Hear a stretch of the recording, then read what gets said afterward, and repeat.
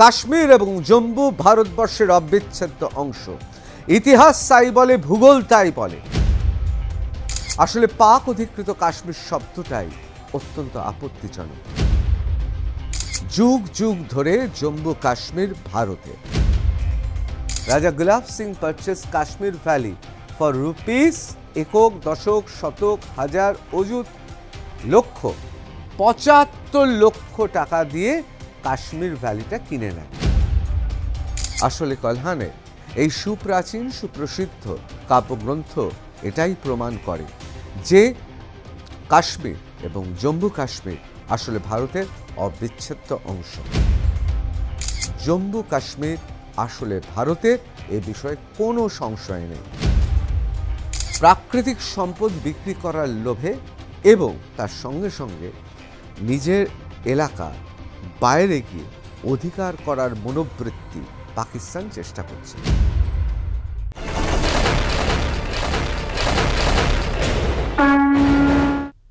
আপনাদের মধ্যে অনেকেই জানতে চেয়েছেন পাক অধিকৃত কাশ্মীর নিয়ে, অনেকে জানতে চেয়েছেন জম্মু কাশ্মীরের ইতিহাস কি, আবার অনেকে জানতে চেয়েছেন জম্মু কাশ্মীর কতটা ভারতের অংশ।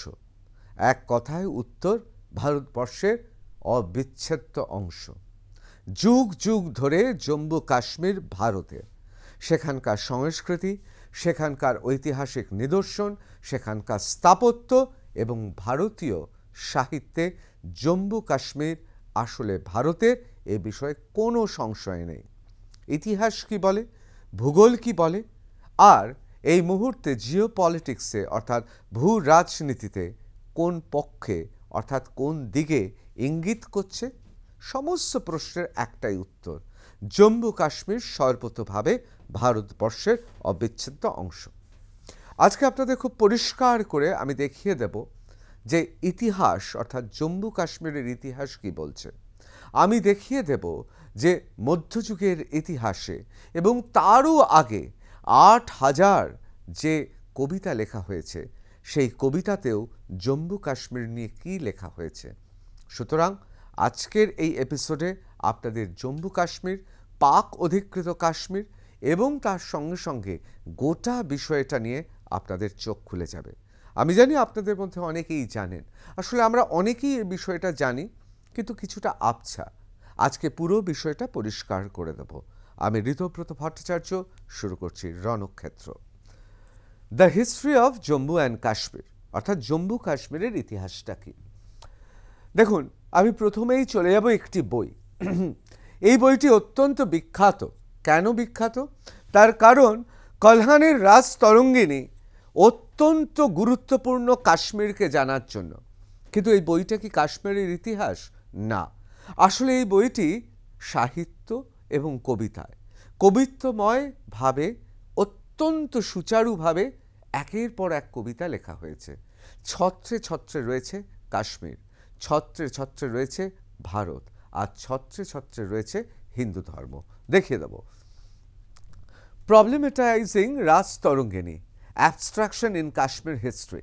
Historians are devotees of Kalhana's, অর্থাৎ কোলহানের যে বই, আমি সে বইয়ের কথা বলছি, poetic excellence, but at the same time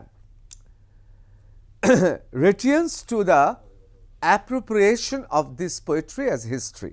দেখুন, কলহানের রাজতরঙ্গিনী আছে, সেই রাজতরঙ্গিনীতে সেই সময়ের কথা স্বাভাবিকভাবে উঠে এসেছে।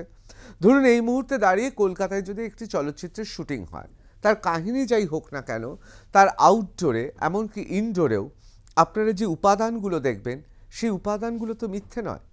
এই সময়ের ছবিতে, অর্থাৎ যদি আমরা এই সময়ে দাঁড়িয়ে একটা ছবি করি, সেই কাহিনী চিত্রে যদি এই সময়ের কথা বলা হয়, তাহলে তার আর্ট, ডেকোর, আর্ট ডিরেকশন, পোশাক পরিচ্ছদ, ভাষা, কথা বলা, সব কিছুর মধ্যে এই সময়টা থাকবে এবং এই সময়টাকে আমরা বুঝতে পারবো। অনেক ক্ষেত্রে আমরা একটা আবছা ধারণাও পাবো যে ঠিক এই সময়টা দাঁড়িয়ে কি হচ্ছিল কলকাতায়, বাংলায় কি ভাবছিল মানুষ। ঠিক সেই রকম কলহানের রাজতরঙ্গিনী, তার মধ্য থেকেও আমরা কবিত্ব শক্তি তো রয়েছে, কবিতা রয়েছে, কবিত্ব মনে, কবির অর্থাৎ স্রষ্টা সৃষ্টি রয়েছে, কিন্তু আমরা খুব পরিষ্কার একটা ধারণা পাবো সেই সময় কাশ্মীর কি ছিল। এক কথায় এটা ইতিহাস নয়, অর্থাৎ কলহান ইতিহাস লেখেননি। তিনি যা লিখেছেন তা কাব্য, কিন্তু তার মধ্য থেকেও ঐতিহাসিকরা উপাদান খুঁজে পেয়েছেন। কি উপাদান? এক বৃহত্তর ভারতের, মহাভারতের উপাদান খুঁজে পেয়েছে। যে কারণে আপনাদের বলছি, আসলে কলহানের এই সুপ্রাচীন সুপ্রসিদ্ধ কাব্যগ্রন্থ এটাই প্রমাণ করে যে কাশ্মীর এবং জম্মু কাশ্মীর আসলে ভারতের অবিচ্ছেদ্য অংশ। The fact behind the myth, অর্থাৎ যে মিথ বা মিথোলজি। দেখুন, পৃথিবী বিখ্যাত নৃতাত্ত্বিক এবং দার্শনিক ক্লদ লেভিস্ট্রস বলতেন, মিথোলজি বা মিথ বা কিংবদন্তির অন্তরালে লুকিয়ে থাকে সত্যি ঘটনা। যারা সেগুলোকে ডিকোড করতে পারে, অর্থাৎ যারা সেগুলোকে ধীরে ধীরে সেই কোডগুলোকে আবিষ্কার করতে পারে, তারা সম্পূর্ণভাবে বুঝতে পারে ঠিক কি বলতে চাওয়া হচ্ছে। ঠিক আপনাদেরও সৃষ্টিশীল মানসিকতা, আপনার কাব্য প্রেম এসব তো থাকবে, কিন্তু তার সঙ্গে সঙ্গে কলহানের এই রাজতরঙ্গিনী পড়তে পড়তে আপনি বুঝতে পারবেন সেই সময় কাশ্মীর, সেই সময় তার ইতিহাস, সেই সময় তার সামাজিক ব্যবস্থা, সে সবই ছাপ রয়েছে। গভীর গবেষণার বিষয়। ইটস ক্রিটিক্যাল অ্যানালাইসিস ইজ, আসলে এটাকে যদি আমরা ক্রিটিক্যালি অ্যানালাইসিস করি, অর্থাৎ বিশ্লেষণ করি এই রাজতরঙ্গিনী, কলহানের রাজতরঙ্গিনী, তাহলে আমরা বুঝতে পারবো কাশ্মীরের অতীতটা কী ছিল, অর্থাৎ অতীতটা আমরা ধরতে পারবো। Even though rich in content and solid in observations, its appraisal of ancient and early medieval Kashmirian society, অর্থাৎ আমরা যদি বিশ্লেষণ করি তাহলে সেই পুরনো কাশ্মীরের সমাজ ব্যবস্থা, সমাজ, তার একটা সম্পূর্ণ চিত্র পাব। Rajatarangini of Kalhana is indeed lacking in critical evolution of men, matters and crucial events of his time. এটা ঠিক কথা। সেই সময়কার কোনো ব্যক্তি বা সেই সময় কি কি ঘটনা ঘটেছে, ঐতিহাসিক ঘটনা ঘটেছে, তার তো খুব ক্রিটিক্যাল ইতিহাস বা সেই সময় যে ঘটনাগুলো ঘটেছে কতটা সংকটময় ঘটনা, সেগুলো তো পাবো না। আসলে সেটা তো খবরের কাগজ নয়, দিনলিপিও নয়। ইতিহাসের চর্চার জন্য তো কলহান লেখেননি, তিনি কবিতা লিখেছেন সৃষ্টি সুখের উল্লাসে। কিন্তু তা সত্ত্বেও তার মধ্যে থেকে আমরা খুঁজে পাবো এই যে আধ্যাত্মিকতা, দার্শনিকতা, সেই সময়টার বর্ণনা, এগুলোর মধ্য থেকে আমরা একটা ধারণা করতে পারি। অর্থাৎ আমি যেটা বলতে চাইছি যে এক কথায় বলা যেতে পারে এটা ইতিহাস চর্চার যে একটা নিগুড় উপাদান তা নয়, এটা আকর গ্রন্থও নয় ইতিহাস চর্চার। কিন্তু কি করব বলুন, আর অন্য কিছু তো পাওয়া যাচ্ছে না। সেই জন্যে সেই সময়কার একটি কাব্য সংগ্রহ, সেখান থেকে আমরা ইতিহাসকে ছুঁতে চেষ্টা করব, এবং সেই ছুঁতে চেষ্টা করার পেছনে একটা বিশ্লেষক মানসিকতা দরকার, এবং অনুধাবন করার জন্যে ঐতিহাসিকভাবে কি কি ঘটনা ঘটেছিল তার সঙ্গে আমরা মিলিয়ে নেব। তাহলে কিন্তু স্পষ্ট থেকে স্পষ্টতর হয়ে যাবে সেই ধূসর আধারে ঢাকা কাশ্মীরের সত্যিকারের ইতিহাস। Not only it is steeped in spiritualism and mystifies the origin of Kashmir, but it also tends to exaggerate the achievement of some of the rulers like King Lalitaditya beside আসল ব্যাপার। দেখুন, সেই সময় তো বিভিন্ন সময় রাজ আনুকূল্যে লেখা হতো, এটা ঠিক কথা। তার ছত্রে ছত্রে হয়তো কিছু কিছু ব্যক্তি বা রাজার গুণগান রয়েছে, যেমন কিং অর্থাৎ রাজা ললিতাদিত্যের কথা রয়েছে, হয়তো সেখানে একটু বাড়িয়েই লেখা আছে, অত্যুক্তি রয়েছে, স্বাভাবিক। কিন্তু এটা তো ঠিক কথা, ললিতাদিত্য বলে একজন সেখানে রাজা ছিলেন, এবং সে রাজা বৃহত্তর ভারতের অবিচ্ছেদ্য অংশ ছিলেন, অর্থাৎ মহাভারতের অংশই ছিল কাশ্মীর। এবং তার পাশাপাশি আমরা জানি যে সেখানে আরও অনেকের কথা উঠে আসছে, যেমন কিং রণদিত্যের কথা। Unbelievably beyond 300 years of connects Kashmir's earlier ruler, আমরা জানি গণনন্দের কথা, মহাভারতে উল্লেখ আছে গণনন্দের কথা, অর্থাৎ এই চরিত্রগুলো কিন্তু বারবার উঠে এসছে। It is not free from committing chronological errors at many places. হ্যাঁ, এটা ঠিক কথা যে সমস্ত কালক্রম মেনে যে লেখা হয়েছে ঐতিহাসিকদের মধ্যে, তা নয়। দেখুন, হেরোডোটাস অর্থাৎ সেই প্রাচীন গ্রিক ঐতিহাসিক, তিনি তো ইতিহাস লিখেছিলেন, কিন্তু কলহান, আপনাদের বারবার করে বলছি, তিনি তো ইতিহাস লেখেননি, তিনি লিখেছেন কাব্যগ্রন্থ। যেহেতু আর অন্য কিছু পাওয়া যাচ্ছে না, তাই আমরা কলহানটা তুলে ধরছি। এবার আপনারা বলতে পারেন, তাহলে কি গ্রিক ঐতিহাসিকরা যেমন ইতিহাসকে তুলে ধরার জন্য প্রামাণ্য দলিল লিখে গেছেন, আকর গ্রন্থ রয়েছে, সে আকর গ্রন্থ নেই? হয়তো ছিল, হয়তো বৈদেশিক আক্রমণে নষ্ট হয়ে গেছে। আপনারা জানেন, বিশেষ করে জম্মু কাশ্মীর ওই দিকটা দিয়ে বারবার বৈদেশিক শক্তি আক্রমণ করেছে, বারবার অসভ্য বর্বরের মতো। যেমন বামিয়ানে আপনারা জানেন বুদ্ধ মূর্তি ধ্বংস করা হয়েছে, সেরকম আমাদের প্রাচীন পুঁথিপত্র মন্দির ধ্বংস করা হয়েছে। সুতরাং সেই জন্যেই নেই। হ্যাঁ, আশ্চর্যজনকভাবে কালহানের রাজতরঙ্গিনী বেঁচে রয়েছে। আসলে রাজতরঙ্গিনীর কাব্যগুণ এতটাই ছিল, এত সহজে তাকে মুছে দেওয়া যায়নি। However, it may be remembered that Raj Tarangini is essentially an epic poem. আমি যে কথা আপনাদের বলছি, একটা মহাকাব্য রাজ তরঙ্গিনী, এটা আমাদের মনে রাখতে হবে। It is written in 8,000 Sanskrit verses. আপনাদের আগেই বলেছি 8,000 কবিতার, সেই কবিতা পরপর জুড়ে এই মহাকাব্য হয়েছে। Divided into 8 section of books.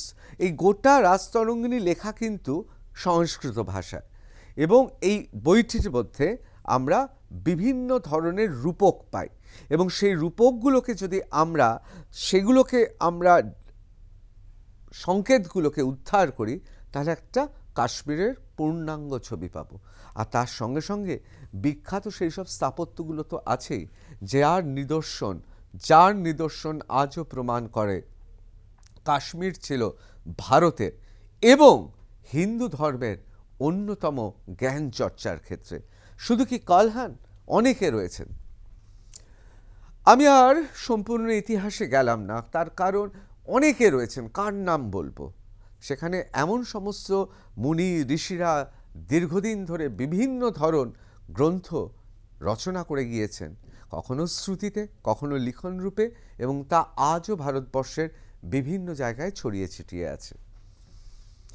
আমি একটু চলে যাই আধুনিক ইতিহাসে, অর্থাৎ পুরাকালে, অর্থাৎ সেই সময় কিন্তু কাশ্মীর, জম্মু কাশ্মীর ছিল ভারতের অবিচ্ছেদ্য অংশ, এবং সেখানে ললিতাদিত্য, রণদিত্য, এই ধরন আদিত্য যাদেরই দেখবেন, সেখানকার পুরনো যারা শাসক, এবং তারও আগে গোনন্দ, সুনন্দ, এই নামগুলো প্রমাণ করে কাশ্মীর ছিল ভারতবর্ষের অবিচ্ছেদ্য অংশ। সেখানে মন্দির ছিল, সেখানে সংস্কৃত ভাষায় কাব্যচর্চা হতো, সেখানে তার্কিকরা তারা তর্ক করতেন সংস্কৃত ভাষায়, আয়ুর্বেদ চর্চা থেকে শুরু করে শাস্ত্রের বিভিন্ন অংশে খুব জ্ঞানী গুণী মুনি ঋষিরা সেখানে বসে লিখে গেছেন। The state of Jammu Kashmir was established under the Treaty of Amritsar between East India Company and Raja Gulab Singh of Jammu. Raja Gulab Singh purchased Kashmir Valley for rupees 75 lakhs and integrated with Jammu and Ladakh. অর্থাৎ একক, দশক, শতক, হাজার, অযুত, লক্ষ, 75 লক্ষ টাকা দিয়ে কাশ্মীর ভ্যালিটা কিনে নেয়। এটা কার? অমৃতসরের যে ট্রিটি হয়েছিল, চুক্তি হয়েছিল ইস্ট ইন্ডিয়া কোম্পানির সঙ্গে রাজা গুলাব সিংয়ের, তার ফলে। এবার আসি 1925, এটা তো 1846-এর ঘটনা। এবার আসি 1925 সালে। মহারাজা Hari Singh ascended the throne of princely state of Jammu and Kashmir. মহারাজা হরি সিং। এবার 1927 সাল, the heredity of state subject law was enacted restricting non-state subject from employment in public services and land ownership in the state. অর্থাৎ কে চাকরি পাবে, কিভাবে সেখানে রাজকর্মচারী নিয়োগ হবে, অত্যন্ত গুরুত্বপূর্ণ, এবং এটাই প্রমাণ করে মহারাজা হরি সিং সেই সময় তিনি অত্যন্ত গুরুত্বপূর্ণ। আসলে রাজা সেই সময় ছিলেন, নৃপতি ছিলেন হিন্দু, কিন্তু সেখানে মুসলমান অর্থাৎ ইসলামে যারা বিশ্বাস করেন তারাও কিন্তু বিশাল সংখ্যায় তারা প্রজা ছিলেন। সেই জন্য সেই সময় বিতর্ক উঠেছিল, এবং সেই জায়গায় এই স্টেট সাবজেক্ট ল লাগু করা হয়, অর্থাৎ কারা কি চাকরি পাবে, সেই সময় বিতর্ক হয়েছিল, সে বিতর্কের ফলেই এটা করতে হয়। এরপর আসি 1931 সাল। Protest erupted following the arrest of Abdul Qadir, who called upon Muslims to resist oppression. Police firings led to casualties, prompting a week-long mourning period. British forces were deployed to restore order. This event marked the emergence of Sheikh Abdullah. অর্থাৎ এই যে শেখ আবদুল্লাহ রয়েছেন, তিনি সেই সময় প্রজাদের খেপিয়ে তুলেছিলেন রাজার বিরুদ্ধে। এমন অবস্থা দাঁড়ায় যে ব্রিটিশদের সেখানে সেনাবাহিনী মোতায়েন করতে হয়, ফায়ারিং হয়েছিল এবং আহত নিহত হয়েছিলেন, এবং তাতে যেটা হলো শেখ আবদুল্লাহ এই গোটা ঘটনায় একজন পলিটিক্যাল লিডার বা রাজনৈতিক ব্যক্তিত্ব হিসেবে উঠে আসেন। এরপর আসে 1932 সাল। The all Jammu Kashmir Muslim conference was established to advocate for the rights of Kashmiri Muslims and challenge the rule of the Maharaj. It was later renamed as a National Conference in 1939. 1939 সালে ন্যাশনাল কনফারেন্স, কিন্তু তার আগে এটার নাম ছিল all Jammu Kashmir Muslim conference. এই কনফারেন্সে বলা হলো যেহেতু সংখ্যা গরিষ্ঠ প্রজা সেখানে মুসলিম, সুতরাং রাজাকে তারা চ্যালেঞ্জ জানালো এবং একটি রাজনৈতিক দলের একটি মঞ্চের জন্ম হলো। এরপর 1932 সাল, the maharaja of Jammu Kashmir commission B J Glancy to review the Muslim demands leading to recommendations of increase Muslim representation in government service. অর্থাৎ বিজে গ্ল্যান্সি তিনি তাকে কমিশনে পাঠানো হলো, কমিশন গঠন হলো, এবং সংখ্যাধিক্য যেহেতু প্রজা মুসলিম, সেই জন্যে গভর্নমেন্ট সার্ভিস অর্থাৎ সরকারি কাজে মুসলমানদের জন্য আলাদা একটা সিট তৈরি হলো যাতে তারা চাকরি পায়, যাতে অধিক সংখ্যায় মুসলমান রাজকর্মচারী সেখানে চাকরি পেতে পারে। আসলে সেই সময় মনে রাখতে হবে রাজা হিন্দু, স্বভাবতই রাজকর্মচারীর সংখ্যা হিন্দু সংখ্যা বেশি ছিল, তাতে যারা সেখানকার মুসলমান প্রজা তারা ক্ষিপ্ত হয়ে ওঠে, যে কারণে কিন্তু অধুনা যাকে আমরা বলি ন্যাশনাল কনফারেন্স, সেই ন্যাশনাল কনফারেন্স অর্থাৎ সেই সময় যেটা ছিল Jammu and Kashmir Muslim conference, তার জন্ম হয়। এবং ঘটনাচক্রে এমন জায়গায় পুরো বিষয়টা পৌঁছে যায়, ব্রিটিশদের সেনাবাহিনী মোতায়েন করতে হয় এবং কমিশন করতে হয়, এবং সেই কমিশন রেকমেন্ড করে। এরপর চলে আসি এপ্রিল, এটা হচ্ছে মার্চ 1932। এপ্রিলে 1932 সালে কি হয়েছে? Kashmir pandits initiated bread movement to oppose the implementation of the Glancy's recommendation. এবার সেখানে প্রচুর সংখ্যায়, একদিকে যেমন মুসলমান প্রজা ছিল, কিন্তু প্রচুর সংখ্যায় কাশ্মীরি পণ্ডিতরা ছিল, তারা প্রতিবাদ করলেন গ্ল্যান্সের এই কমিশনের, ব্রিটিশদের এই ধরনের কমিশনের প্রতিবাদ করলেন, বললেন না, এতে তো বিরাট সংখ্যক কাশ্মীরি পণ্ডিত বঞ্চিত হবে, সুতরাং প্রতিবাদ শুরু হয়ে গেল। মার্চ 1932 সালে কমিশনের রিপোর্ট বেরোলো, এক মাসের মধ্যে, কয়েকদিনের মধ্যে ঐক্যবদ্ধ হলেন কাশ্মীরি পণ্ডিতরা, তারা প্রতিবাদ করলেন। এরপর আসি 1934 সাল।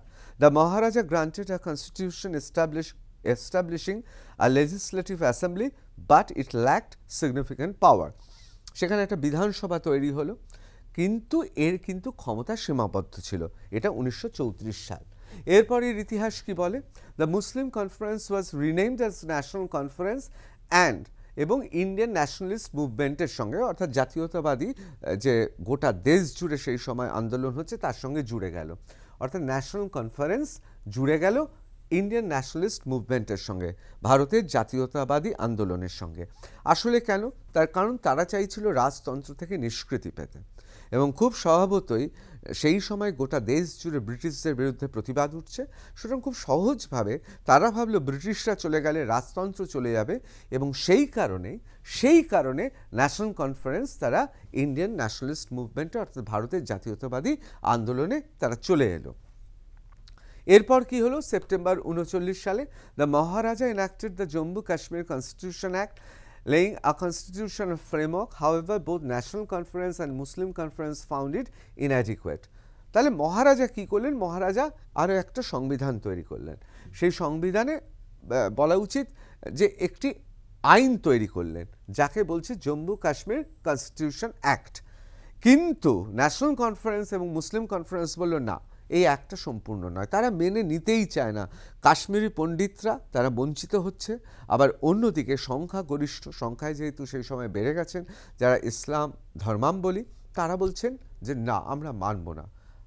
যেহেতু রাজা হিন্দু সেই জন্যে তাদের মধ্যে একটা অসন্তোষ ছিল।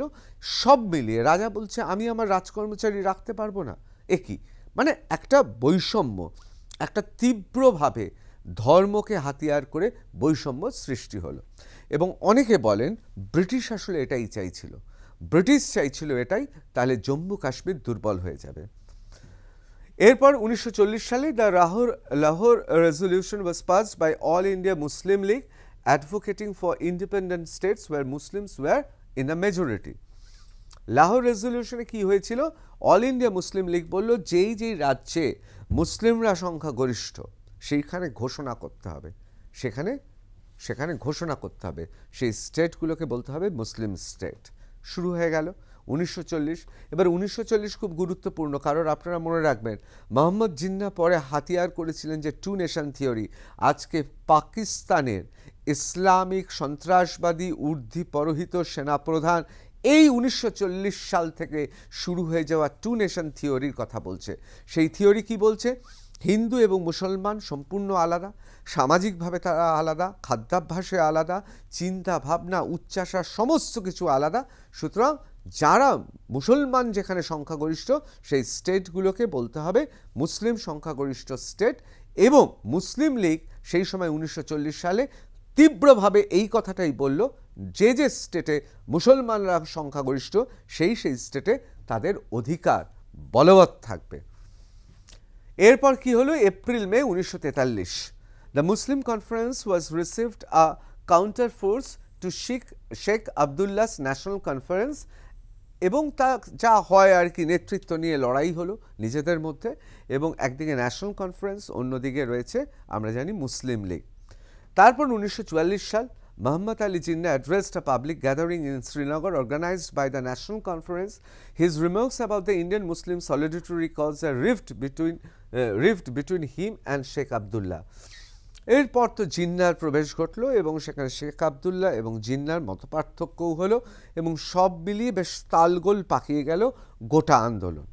এরপর আমি চলে আসব 29-30 সেপ্টেম্বর 1944। খুব গুরুত্বপূর্ণ, তার কারণ ন্যাশনাল কনফারেন্স অ্যাডপ্টেড নয়া Kashmir manifesto calling for Democratic rights, self governance and linguistic inclusivity. অর্থাৎ তাদের যে কাশ্মীরি ভাষা সেই ভাষাকে স্বীকৃতি দিতে হবে, সেলফ গভর্নেন্স মানে তাদের স্বশাসন দিতে হবে এবং ডেমোক্রেটিক রাইটস অর্থাৎ গণতান্ত্রিক অধিকার দিতে হবে। এরপর 1945 সাল the Muslim conference held in 13 general session in Poonch distributing a pamphlet title Azad Kashmir. এই প্রথম 1945 সালে আজাদ কাশ্মীরের কথা বলা হলো, অর্থাৎ বীজ বপন করা হলো। ন্যাশনাল কনফারেন্সেস নয়া Kashmir manifesto it emphasised a political and economic plan. এবং তারা পলিটিক্যাল, রাজনৈতিক এবং অর্থনৈতিক তারা কতগুলো ডিমান্ড করলো। হ্যাঁ, এবং পাকিস্তানেও কেউ, অর্থাৎ তখন তো অবিভক্ত, অর্থাৎ 1945 সাল স্বাধীনতা হয়নি, পাকিস্তান চাইল। এই শুরু হলো আজাদ কাশ্মীর কনসেপ্ট। 15 মে 1946 সাল Sheikh Abdullah launch quit Kashmir movement demanding end of Dogra rule and তার সঙ্গে সঙ্গে বলল কাশ্মীরের মানে একদিকে রাজতন্ত্রের অবসান চাইল, ডোগরা রুল সেই রুলের অবসান চাইল, তার সঙ্গে সঙ্গে বলল যে আমরা এবার কুইট কাশ্মীর মুভমেন্ট করব, অনেকটা ঠিক সেই কুইট ইন্ডিয়া মুভমেন্টের মতো। এবং তারা বলল যে তারা চায় যে কাশ্মীর এবং কাশ্মীরের মহারাজা তাকে সম্পূর্ণভাবে উৎখাত করা হোক এবং সেখানে তাদের শাসন বলবৎ থাকুক। তারপর 26 জুলাই 1946 সাল Muslim Conference adopted Azad Kashmir resolution calling for an end of autocratic rule and established a constitute assembly. অর্থাৎ একটা বিধানসভা তৈরি করার কথা বলল এবং রাজতন্ত্রকে অগ্রাহ্য করলো।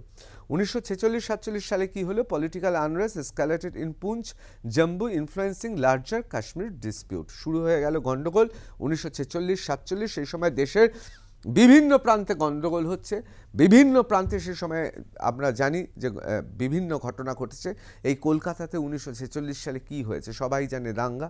আপনারা জীবনানন্দ দাশের কবিতা পড়ুন, আপনারা বিভিন্ন সাহিত্যে দেখবেন সেই সময় দাঙ্গার কথা আছে। গোটা দেশ জুড়ে সেই সময় এই রকম অবস্থা। একদিকে মহাত্মা গান্ধী অহিংসার বাণী বলছেন, অন্যদিকে ব্রিটিশ চাইছে যে যত হোক হিংসা হোক, দেশটা টুকরো টুকরো হয়ে যাক, এবং হলেও তাই। The British government approved the creation of an independent Pakistan in regions with Muslim majority, অর্থাৎ মুসলিম মেজরিটি মেনে নিয়ে, সংখ্যাগরিষ্ঠ মেনে নিয়ে সেই গরিষ্ঠতাকে প্রাধান্য দিল, অর্থাৎ পাকিস্তান হয়ে গেল। এরপর 14 August 1947 Pakistan was officially established as independent nation. Pakistan হয়ে গেল 14 আগস্ট 1947-এ। সুতরাং পাকিস্তানের মতো চলে গেল। কিন্তু তারপর কি হলো? তারপর যে ঘটনাটা ঘটলো, জোর করে এবং নেহেরুর ঔদার্যে ধূর্ত জিন্না একের পর এক ভারতের বিরুদ্ধে ষড়যন্ত্র শুরু করলো। আমি শুধুমাত্র মোহাম্মদ জিন্নাকে বলবো না, জিন্নার পরবর্তীকালেও যারা শাসন ব্যবস্থা এসছেন তারাও জানতেন যে এই কাশ্মীর ভারতের অবিচ্ছেদ্য অংশ, কিন্তু বিভিন্ন সময় তারা বিভিন্নভাবে এই অংশটাকে অধিকার করে রেখেছে। এটা কিন্তু তাদের নয়, অধিকার করে রেখেছে। আর ভারত সরকার তার একটা অদ্ভুত নীতি রয়েছে, আপনারা জানেন যে তারা কোনো জমির জন্য 1947 সালের পর থেকে লড়েনি।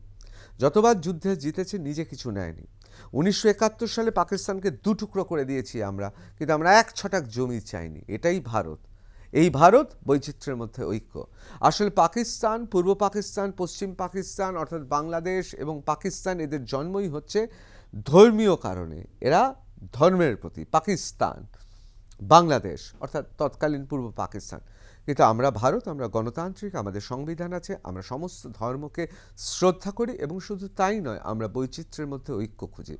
আর সেই নীতিতে, নেহেরুর উদার নীতি, সেই উদার নীতিতে অনেকেই দোষারোপ করেন, কাঠগড়ায় দাঁড় করার, যে আজকে যে অধিকার করে নিয়েছে, চোরের মতো ঢুকে গিয়ে অধিকার করেছে, আমরা কিন্তু বল প্রয়োগ করে তাদের সরাইনি। আমরা বিশ্বাস করি দ্বিপাক্ষিক আলোচনায়। এবং এইভাবেই পাকিস্তান অকুপাইড কাশ্মীর তৈরি করা হয়েছিল। অনেক আগে থেকে তার ষড়যন্ত্র তৈরি হয়েছে। কাশ্মীরি পণ্ডিতদের আপনারা জানেন নির্মমভাবে তাদের জীবনে নেমে এসেছিল দুঃখ দুর্দশা, তার কারণ তাদের হত্যা করা হয়েছে। এইভাবেই কিন্তু এই বিস্তীর্ণ অংশ, কোথাও থাবা বসিয়েছে চীন, কোথাও আপনার এই যে গিলগিট বাল্টিস্তান, এগুলো সব আমাদের, বাল্টিস্তান, এগুলো সব আমাদের অঙ্গ। এই প্রত্যেকটা জায়গায়, প্রত্যেকটা দুপা অন্তর অন্তর আপনারা দেখবেন ভারতীয় সভ্যতার, সেই সভ্যতার নিদর্শন আছে। এবং আজকে এই অংশটা দখল করা হয়েছে, অধিকার করা হয়েছে, কিন্তু অধিকৃত, পাক অধিকৃত কাশ্মীর কিন্তু ভারতের অবিচ্ছেদ্য অংশ। অন্যায়ভাবে চুরি করার মতো, তস্করের মতো তারা ঢুকে পড়েছে। কিন্তু ভারত তার সার্বভৌমত্ব যেমন রক্ষা করে, তেমন তার সংবিধানকে সম্মান করে, তেমন আন্তর্জাতিক ট্রিটিগুলোকে সম্মান করে। ভারত দ্বিপাক্ষিক আলোচনার মাধ্যমে আমরা চাই আমরা আমাদের অংশ ফেরত পেতে। এক কথায় বলতে গেলে আমরা সেই মধ্যযুগীয় রীতিতে বিশ্বাস করি না। আমরা চাই এই আধুনিক যুগে দাঁড়িয়ে মানবতা নিয়ে আমরা কথা বলে, দ্বিপাক্ষিক চুক্তির মাধ্যমে হোক, ত্রিপাক্ষিক হোক, আন্তর্জাতিক চাপে হোক, আমরা আমাদের অধিকার ফিরিয়ে নিতে চাই। সুতরাং এই যে বিরাট অংশ, এই বিরাট অংশে শুধুমাত্র কি ধর্মের কারণে কি পাক অধিকৃত কাশ্মীর? আসল ব্যাপার, ধরুন গিলগিট, বাল্টিস্তান, এইসব জায়গায় প্রচুর এমন খনিজ পদার্থ আছে যা চীনের খুব দরকার, এবং পাকিস্তান এগুলো ব্যবহার করতে পারবে না, সেই প্রযুক্তি ওদের নেই, কিন্তু চীনকে তো বিক্রি করতে পারবে। মানে বুঝতে পারছেন, প্রাকৃতিক সম্পদ বিক্রি করার লোভে এবং তার সঙ্গে সঙ্গে নিজের এলাকা বাইরে গিয়ে অধিকার করার মনোবৃত্তি, অত্যন্ত মধ্যযুগীয় বর্বর মনোবৃত্তি নিয়ে পাকিস্তান চেষ্টা করছে। পেছনে অন্যান্য বৈদেশিক শক্তির হাত আছে, তার কারণ ভারত আগামী দিনে সুপার পাওয়ার হতে চলেছে, এবং এইসব খনিজ পদার্থ, এইসব দেশের সম্পদ, প্রাকৃতিক সম্পদ আমাদের আরও বলীয়ান করবে। আর সেই জন্যেই এই পাক অধিকৃত কাশ্মীর। আসলে পাক অধিকৃত কাশ্মীর শব্দটাই অত্যন্ত আপত্তিজনক। কাশ্মীর এবং জম্মু ভারতবর্ষের অবিচ্ছেদ্য অংশ। ইতিহাস তাই বলে, ভূগোল তাই বলে। এমনকি ভারতবর্ষের বিভিন্ন জায়গায় বিভিন্ন ঐতিহাসিকরাও বিভিন্ন সময় যা লিখে গেছেন, এমনকি বাইরে থেকে যে পর্যটকরা এসছেন তারাও বলে গেছেন। সে পর্যটকরা কখনো রাশিয়ান ভাষায়, কখনো আমরা জানি গ্রিক ভাষায়, কখনো আমরা জানি অন্যান্য ইউরোপীয় এবং প্রাচ্যের অনেক ভাষায়, বিশেষ করে চীনা ভাষাতেও খুব পরিষ্কারভাবে উল্লেখ রয়েছে কাশ্মীর ভারতের অংশ। এখন প্রশ্ন হচ্ছে, আমরা আর কতদিন উদার থাকব? ঔদার্যের যদি দাম না দেয় তাহলে কি মুঠো শক্ত করব? সময়ই বলে দেবে। জয় হিন্দ।